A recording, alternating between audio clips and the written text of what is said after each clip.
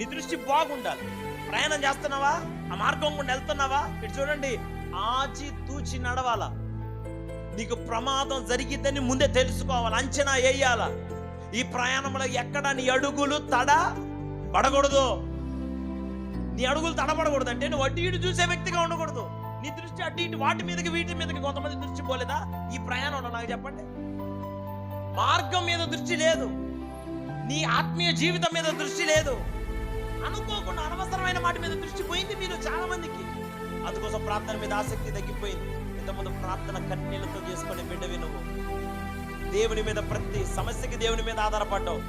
ప్రతి దానికి నా దేవుడు నాకున్నాడని ఒక నిరీక్షణ కలిగి బతికినావు.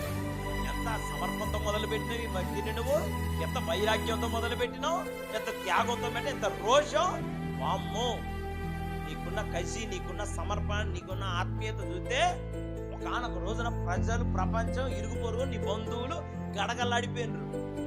కానీ ఈ రోజున సాతాను గడ ఏం చేస్తానో చెప్పనా, నువ్వు గమ్యం చేరకూడదు గనక, నీ మార్గంలో నీ ప్రయాణం ముందుకి పడకూడదు గనక, నువ్వు ఒక అడుగు ముందుకెత్తే ఈ ప్రయాణం మరలా సాగితే, ఈ ప్రయాణంలో కొనసాగించబడితే నువ్వు మరలా తొందరగా పుసుక్కునేవన్న గమ్యానికి చేర్చబడతావో ఏమో, ఆ రాజ్యానికి పాత్రునిగా, పాత్రురాలుగా మార్చబడతావో ఏమో, దేవుని జీవకిరీటాన్ని పొందుకుంటావో ఏమో, దేవుని దయను పొందుకున్న బిడ్డగా నువ్వు మార్చబడతావేమోనని అపవాదిగాడు నీ మీద రకరకాలుగా ప్రయోగాలు చేసి ఈ ప్రయాణం మీద నీకు ఆసక్తి లేకుండా నడవాలా?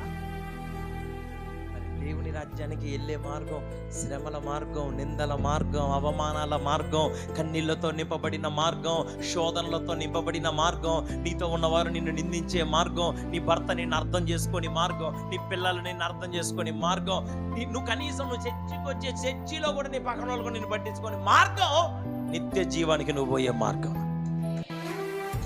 ఎవ్వరు నిన్ను అర్థం చేసుకోకూడదు, ఎవ్వరు నిన్ను ప్రేమించకూడదు, ఎవరికి నీ సమస్య అర్థం కాకూడదు. అప్పుడే దేవుని దృష్టిలో నువ్వు ఉన్నావని గుర్తు. దాని అర్థం అదే. ఎవ్వరు నిన్ను పట్టించుకోవట్లేదంటే దాని అర్థం ఎవ్వరు కూడా ఆ సమస్యలోంచి నిన్ను బయటికి తీసుకొని రాలేరంటే దాని అర్థం ఇప్పుడు నువ్వు ప్రజెంట్ ఉన్న ఈ పరిస్థితుల మధ్యలో నుంచి ఒక వ్యక్తి నీకు సహాయం చేసిన నువ్వు బయటికి రాలేవంటే దాని అర్థం నీకు సహాయకుడిగా దేవుడే నీతో ఉండి నిన్ను నడిపించుకుంటున్నాడు. ఆయనే ఆదుకున్నవాడు, ఎబెనేజరు.